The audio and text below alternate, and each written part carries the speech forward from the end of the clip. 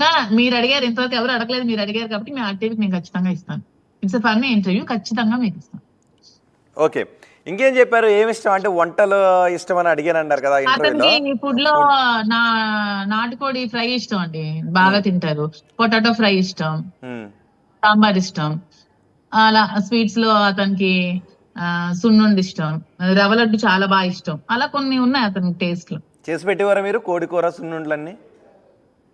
Actual గా నేను cooking ఏమంటే నేను నా చేతితో రోజుకి ఒక 20-30 మందికి వండి పెట్టేదాన్ని అండి. ఎవరు ఆశ్చర్యపడేవాళ్ళు, మేడం మీరు ఇంట్లో వంటలు ఎంత బాగా చేస్తారని. నేను వంటలు బాగా చేస్తాను.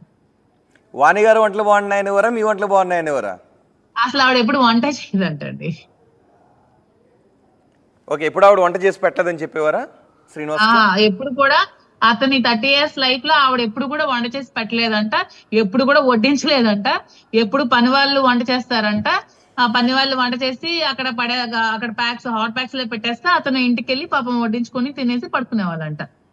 సో మీరు వంట చేసి అయితే వడ్డించారు. ఓకే, సో ఇప్పుడు మరి పిల్లలంటే అంత ఇష్టం కదా, ఇప్పుడు పిల్లలకు దూరంగా ఉండాల్సిన సిచ్యుయేషన్ వచ్చినప్పుడు ఆయన, ఎందుకంటే ఆవిడ పిల్లల మైండ్ సెట్ కూడా చేసి, పిల్లలు కూడా మొన్న అతని మీదకి చంపడానికి వెళ్ళారు కదా, కొట్టడానికి. పిల్లలు కూడా అతని రాజకీయ భవిష్యత్తుని ఇంకా తీసేసి ఎమ్మెల్సీ వద్దు తీసేయండి అని చంపడానికి వెళ్ళినప్పుడు అతను కొంచెం అంటే భయపడుతున్నారు అనమాట. ఎమోషనల్ గా అతను కూడా భయపడుతున్నారు. అంటే వాళ్ళ మదర్ లాగా తయారయ్యారేమో, తండ్రిని ఇంకా అర్థం చేసుకునే స్థితికి వీళ్ళు రాలేదు. వీళ్ళు కూడా పిల్లలు పుట్టి అప్పుడు అర్థం అవుతుంది, ఒక తండ్రి పెయిన్ ఏంటో అర్థం అవుతుంది, అప్పుడే తెలుసుకుంటారు వీళ్ళు అని అతను ఆలోచన.